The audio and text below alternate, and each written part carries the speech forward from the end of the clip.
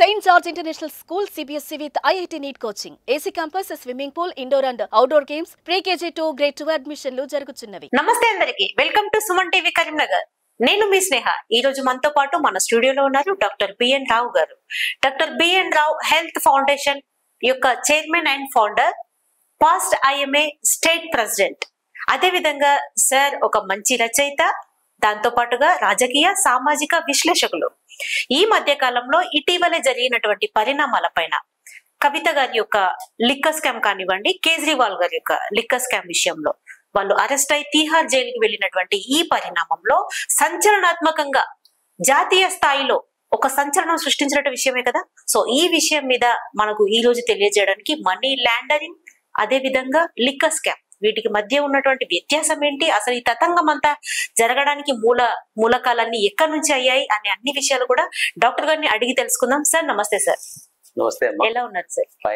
ఈ రోజు మీ ద్వారా చాలా విషయాలు తెలుసుకోవాలనుకుంటున్నాము, ముఖ్యంగా money laundering and liquor scam గురించి. ఇటీవల కాలంలో జరిగినటువంటి విషయాల్లో యువతలో ముఖ్యంగా ముందు జరుగుతున్నటువంటి పరిణామాలన్నిటిపైన కూడా తెలుసుకోవాల్సినటువంటి ఆవశ్యకత ఎంతో ఉంది కదా.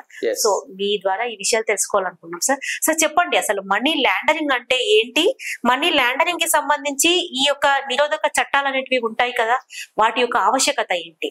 ఇది మంచి ప్రశ్న, అందరూ తెలుసుకోవాల్సిన విషయం. మనీ లాండరింగ్ యాక్ట్ అనేది దాని గురించి మనం చర్చించే ముందు దాని నేపథ్యం ఏంటి, దాని ఆవశ్యకత ఏంటి అని తెలుసుకుందాం. తప్పకుండా సార్. లాస్ట్ సెంచరీలో, అంటే గత శతాబ్దం చర్మాంకంలో, ఇట్ మీన్స్ లేట్ 90s లో విదేశీ మాదక ద్రవ్యాల నుంచి హద్దులు లేకుండా నల్ల డబ్బు ఉత్పత్తి అవుతుంది. అది ప్రపంచ ఆర్థిక వ్యవస్థను దెబ్బతీసేలాగా ప్రమాదంగా తయారైంది అని యునైటెడ్ నేషన్స్ ఆర్గనైజేషన్ గుర్తించి సభ్య దేశాలను హెచ్చరించింది. దీనివల్ల ప్రపంచ ఆర్థిక వ్యవస్థ దెబ్బతింటుంది, దేశాలలో ప్యారలల్ ఎకనామీ కూడా నడుస్తుంది. తత్ఫలితంగా టెర్రరిస్ట్ యాక్టివిటీస్ కూడా ఎక్కువైనాయి. ఇది ప్రపంచ శాంతి భద్రతలను కూడా దెబ్బతింటుంది అని గ్రహించి సభ్య దేశాలకి దీని గురించి ఏదో ఒక చట్టం రూపొందించండి, ఈ నల్ల డబ్బును అరికట్టే ప్రయత్నం చేయండి అని ఆలోచించి హెచ్చరించింది. First time UNO held a summit, ఒక సభ్య దేశాలతో ఒక సమావేశం ఏర్పరిచి ఈ విదేశీ మాదక ద్రవ్యాల నుంచి వచ్చే నల్ల డబ్బుతో ప్రపంచ ఆర్థిక వ్యవస్థకు ఎలా ప్రమాదంగా అవుతుంది అనేది వివరించింది. దాన్ని అనుసరించి 89లో ప్యారిస్ లో 7 అగ్ర దేశాలు సమావేశమై ఈ మనీ లాండరింగ్ నుంచి వచ్చే ఈ విదేశీ మాదక ద్రవ్యాల నుంచి వచ్చే నల్ల డబ్బును అరికట్టడానికి తగిన చర్యలు గురించి డిస్కషన్ చేసి కూలంకషంగా చర్చించి ఒక నిబంధనలతో కూడిన ఒక నియమావళిని ఏర్పరిచారు. That is called finance action task force అని రూపొందించారు. 1990లో రెండవసారి మళ్ళీ యుఎన్ఓ సమావేశం ఏర్పరిచింది సభ్య దేశాలతో. చేసి మీరు దీని గురించి మీరు ఎందుకు స్పందించలేరు, మీరు మీ దేశాలలో విదేశీ మాదక ద్రవ్యాల నుంచి వచ్చే నల్ల డబ్బుతో ఎట్లా చేసి నల్ల డబ్బును అరికట్టే విధంగా కొన్ని చట్టాలు రూపొందించిందని సూచించింది.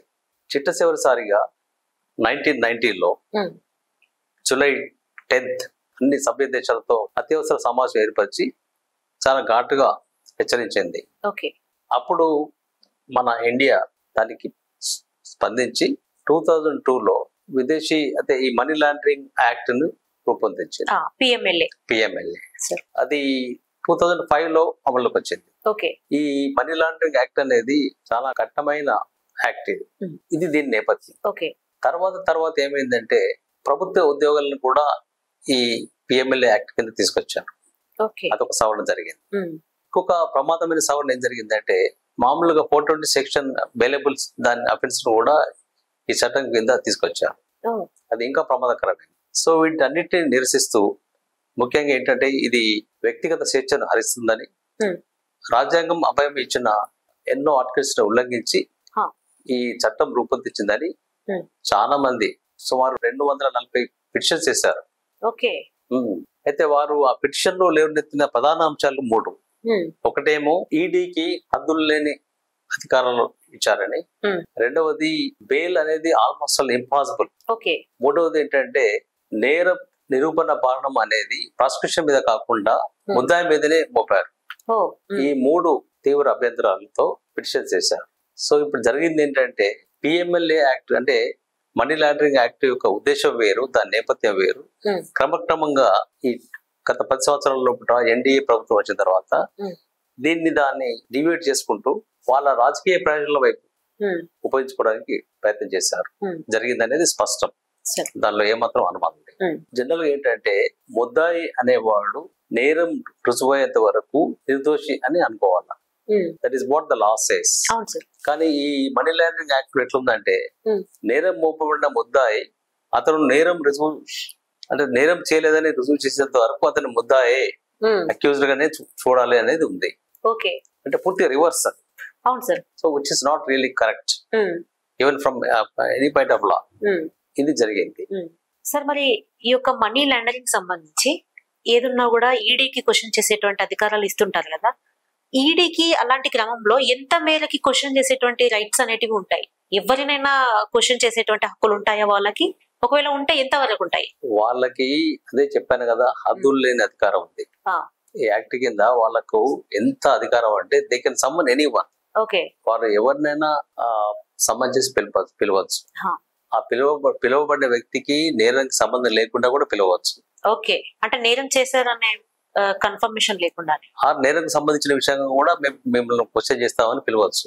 ఓకే, అయితే ఆ పిలువబడిన వ్యక్తికి అసలు అతను సాక్ష్య ముద్దాయ, అసలు నేరం ఏంది, నేరంకి సంబంధం ఉందా తెలియాల్సిన అవసరం కూడా లేదు. రెండవ అంశం ఏంటంటే 50B ప్రకారం ఎవరినైతే ఈడీ సంబంధించి పిలిచిందో అతను వాళ్ళు అడిగిన ప్రశ్నలకు సమాధానం చెప్పాలి.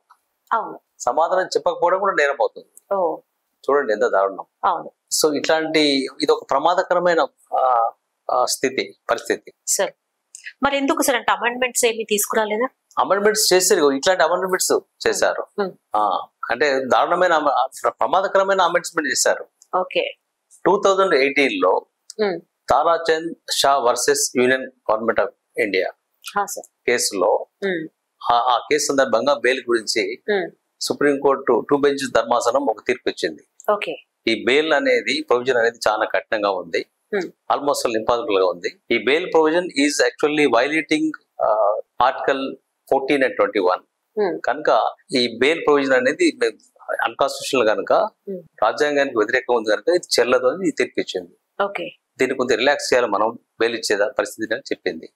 చెప్తే దానికి ఈ మోడీ ప్రభుత్వం వెంటనే వాళ్ళు ఏదో అయిపోతున్నట్టు, వాళ్ళు ఏదో ప్రమాదంలో పరిస్థితుల్లో పోతున్నట్టు స్పందించి లేదు బెయిల్ ఇవ్వడం అనేది చాలా కఠినంగా ఆల్మోస్ట్ ఇంపాసిబుల్ గా ఉండాలి అని సవరించింది. దాన్ని 3 బెంచ్ ధర్మాసనం justice Khanwilkar headed by Khanwilkar parliament చేసిన సవరణ సరి అయిందని తీర్పిచ్చింది. ఈ తీర్పుని వ్యతిరేకిస్తూ ఒక రివ్యూ పిటిషన్ వేశారు న్యాయ కోవిధులు, తర్వాత చాలా మంది అభ్యంతరం చెప్పారు. ముఖ్యంగా జస్టిస్ లోకోర్, ఇంకా చాలా మంది న్యాయ కోవిధులు, ఎక్స్పర్ట్స్, వీళ్ళంతా కూడా ఇది చాలా దుర్మార్గము, ప్రమాదకరమైన బెయిల్ ప్రొవిజన్ ఇది అని రివ్యూ పిటిషన్ వేస్తే ఇంతవరకు దాన్ని పరిష్కారం చేయలేదు. సార్ మరి అసలు మనీ లాండరింగ్ అంటే ఏంటి? మనీ లాండరింగ్ అంటే అక్రమ మార్గాల ద్వారా వచ్చిన డబ్బును నల్ల డబ్బు అంటారు. ఈ అక్రమ మార్గాల ద్వారా వచ్చిన నల్ల డబ్బును విదేశీ మాతృ ద్రవ్యాల ద్వారా కానీ ఏ మార్గంగా కూడా వచ్చినా కానీ ఆ వచ్చిన నల్ల డబ్బును తెల్లదనంగా మార్చే పద్ధతిని ప్రక్రియను మనీ లాండరింగ్ అంటారు. సార్ మరి మనీ లాండరింగ్ అంటే నల్ల డబ్బును తెల్ల డబ్బుగా మార్చుకోవడం అన్నాం కదా, మరి ఇప్పుడు లేటెస్ట్ గా జరిగినటువంటి ఢిల్లీ లెక్క స్కామ్ విషయంలో మనీ లాండరింగ్ అనేది జరిగిందా? దాన్ని ఏ విధంగా తీసుకోవాలి సార్ అసలు? Absolutely no.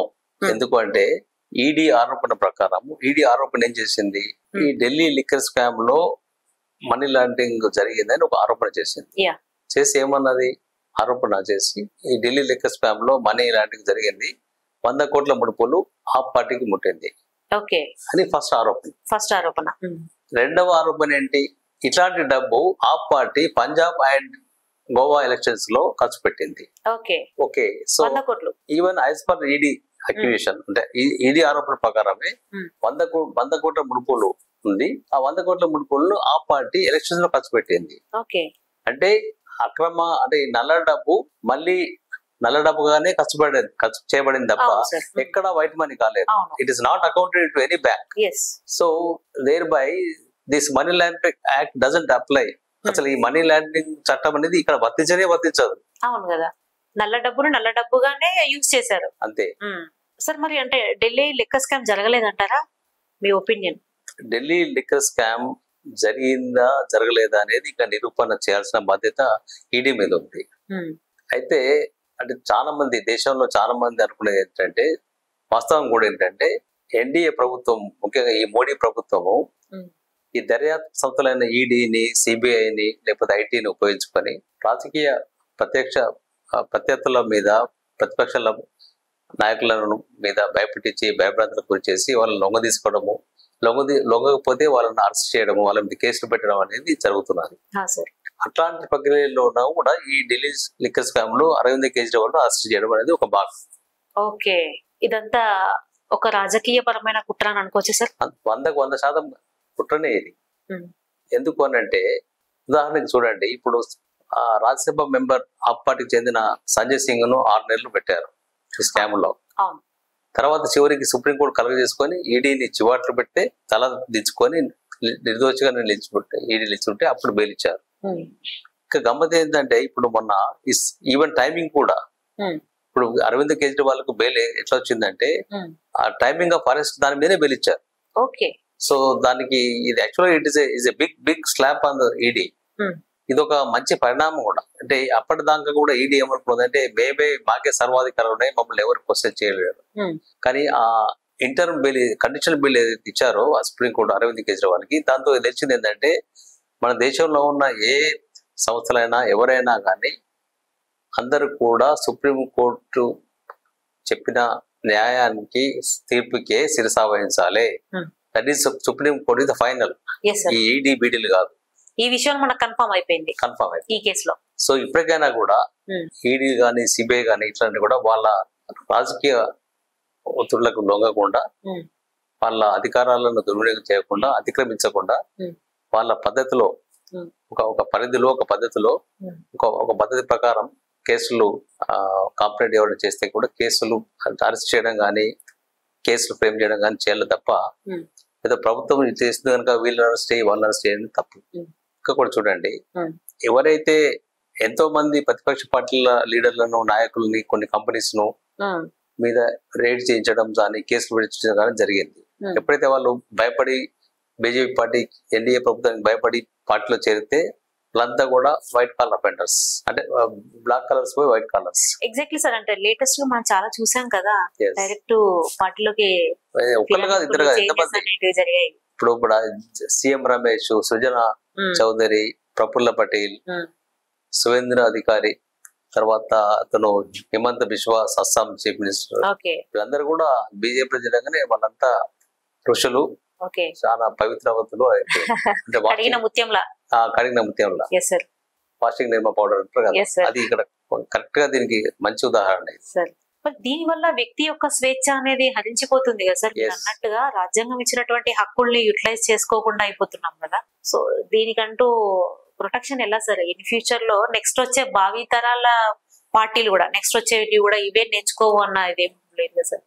అంటే ఇప్పుడు ఈ దర్యాప్తు సంస్థల్ని ఉపయోగించుకొని, అంటే మితిమీరిన అధికార అహంకారంతో, ఆత్మవిశ్వాసంతో ఈ ఎన్డీఏ ప్రభుత్వం అన్ని హద్దుల్ని దాటింది. It has crossed all limitations. ఇప్పటికైనా వాళ్ళు గుర్తించాలా, వాళ్ళకంటే ముందు ఈ సంస్థలు గుర్తించాలా. వాళ్ళు ఎప్పటికైనా ఆన్సరబులే. ఈ రోజు ఎన్డీఏ ప్రభుత్వం ఉంటుంది, రేపు ఇంకో ప్రభుత్వం వస్తుంది, వాళ్ళన్నీ మళ్ళా వాళ్ళ మీద కూడా కేసులు పెడతారు. అదే ఈ రోజు ఈ ప్రభుత్వం కావచ్చు, రేపు మరొక ప్రభుత్వం. ఇంకొకటి ఏముందంటే, పిఎంఎల్ఏ యాక్ట్ లో సెక్షన్ 19 ప్రకారము ED cannot arrest accused if complaint is cognized by special court. అది వీళ్ళకి తెలియదు చాలా మందికి. సో అంత ఈజీగా కూడా ఇక ముందు నుంచి కూడా ఈడీ గానీ వీళ్ళు కానీ ఎవరికి కూడా అంత సునాయాసంగా ఏదో ప్రభుత్వాలకి ఒత్తిడికి లొంగి భయపడి ఎవరిని పడితే వారిని అరెస్ట్ చేయడము, సమన్ చేయడం, కేసులు పెట్టడం జరగదు. బేసికల్ గా ఏంటంటే అసలు యాక్చువల్ గా ఇది Delhi liquor scam is not at all scam. అసలు స్కామ్ తెలుసా మీకు? అర్థమవుతుంది సార్. ఇప్పుడు ఓవరాల్ గా వాళ్ళ పార్టీ యొక్క వ్యక్తిగతమైనటువంటి హక్కుల కోసమే ఇదంతా కూడా పక్కన వాళ్ళ మీద తోసేసి ఇది అసలైన స్కామ్ కదా. ఇప్పుడు అరవింద్ కేజ్రీవాల్ ఎప్పుడు చేశారు ఎలక్షన్స్ దగ్గర పడుతున్నటువంటి దట్టు కంటే శరత్ చంద్ర రెడ్డి ఎప్పుడైతే అప్రూవల్ గా మారాడో మారి తర్వాత ఆయన బెయిల్ కంటే ముందు ఒక 5 కోట్లు, బెయిల్ తర్వాత ఒక 50 కోట్లు ఎలక్ట్రల్ బాండ్ కొంటే ఆయనకి బెయిల్ వచ్చింది. అది అసలు స్కామ్. దానికంటే ఇంకా పెద్ద స్కామ్ ఎలక్ట్రల్ బాండ్. మన ఇండియాలో పోస్ట్ ఇండిపెండెన్స్ ఇండియాలో highest scam is in our India is electoral bond. ఆ ఘనత ఈ ఎన్డీఏ ప్రభుత్వానికి. దీన్ని మనం అంటే అన్ని రకాల sections of people should actually protest against this. అంటే మనం నిజంగా వాస్తవానికి ఏం చెప్పాలంటే మన ఇప్పుడున్న పరిస్థితి అంటే ఎంత ప్రమాదకరమైన పరిస్థితిలో మన దేశం నెట్టివేయబడిందో ఇప్పుడు మన chief justice supreme court chief justice Chandrachud గారి మాటల్లో నేను చదివి చెప్తాను. Supreme court chief justice DY Chandrachud దేశ ప్రజలను ఉద్దేశించి హెచ్చరికలు చేస్తూ ఏమన్నారంటే, మాకు సాధ్యమైనంత వరకు మేం భారత రాజ్యాంగాన్ని సంరక్షించడానికి ప్రయత్నిస్తున్నాం, కానీ మాకు ప్రజల అండదండలు కూడా చాలా అవసరం. ప్రజలు పెద్ద ఎత్తున వీధుల్లోకి రావాలి. వారి హక్కుల కోసం వారు ఈ నిరక్ష ప్రభుత్వాన్ని నిలదీయాలి. ఇది ప్రజల హక్కులు హరిస్తోంది, భయాందోళనలకు గురి చేస్తుంది. అయినా ప్రజలు తగ్గకూడదు, భయపడకూడదు. ధైర్యంగా ముందుకు రావాలి. ప్రభుత్వాన్ని వివరణ అడగాలి, లెక్కలు తెలుసమనాలి. ప్రభుత్వాలు ఎప్పుడూ ప్రజలకు జవాబుదారీగా ఉండాల్సిందే. ధైర్యంగా ఉండండి, నేను మీతో ఉన్నాను అని అన్నారు.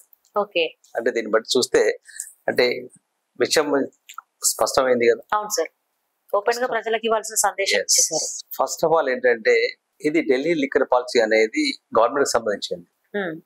Neither the central government nor ED or CBI they have no role to interfere in this. రాజకీయ కుట్రపూరితమైన స్కామ్ అని ఒక కల్పితం చేసి ఈ అరవింద్ కేజ్రీవాల్ ను అరెస్ట్ చేస్తే వాళ్ళు ఏమనుకున్నారు, అరెస్ట్ చేసి కస్టడీలో పంపిస్తే ఢిల్లీ చీఫ్ మినిస్టర్ పోస్ట్ కు రిజైన్ చేస్తాడు అని అనుకున్నారు. కానీ అరవింద్ కేజ్రీవాల్ ఎట్లా దెబ్బ కొట్టాడంటే ఎన్డీఏ ప్రభుత్వాన్ని జైలు నుంచి వెళ్ళి ప్రభుత్వం నడిపడం మొదలుపెట్టాడు. దాన్ని కూడా కోర్టు కూడా ఏమంటలేదు, yes we have no such role, అంటే ఈ జైల్లో ఉన్న వ్యక్తి ప్రభుత్వాన్ని నడపకూడదని ఎక్కడ నిబంధన కానీ చట్టం లేదు, సో వి కాంట్ ఇంటర్ఫియర్ అన్నారు. అక్కడ మొదలైంది. ఇప్పుడు మీరు చూడండి, ఇదంతా కొద్ది రోజుల లోపల అందరికి బెయిల్ వస్తుంది. ఇంతవరకు వాళ్ళు ED cannot proof where is the money. ఈ 100 కోట్ల ముడుపులు అంటున్నారు కదా, ఇప్పుడు ఇంతవరకు కూడా ఎక్కడ ఉన్నాయో ఎట్లా ఉన్నాయో చెప్పలేదు. ఆల్రెడీ ఎలక్షన్స్ కోసం అని చెప్పి ప్రజల చేతుల్లోకి వెళ్ళిపోయింది. How they can prove? దీన్ని బట్టి ఓవరాల్ గా పబ్లిక్ ఏం చెప్తారు సార్ మీరు? పబ్లిక్ ఎప్పుడో ఒకసారి దీన్ని తెలుసుకుంటున్నారు కూడా. అంటే ఇప్పటికి కూడా ఎంతో మంది మేధావులు, రాజకీయ విశ్లేషకులు, న్యాయ కోవిదులు అందరు కూడా దీని గురించి డిస్కస్ చేస్తున్నారు. వాళ్ళ వాయిస్ ఓపెన్ గా చెప్తున్నారు. ఇప్పుడు ఈ పిఎంఎల్ఏ ఈ లిక్కర్ ఎలక్ట్రల్ బాండ్ స్కామ్ మీద కూడా ప్రశాంత్ భూషణ్ పిటిషన్ వేశాడు.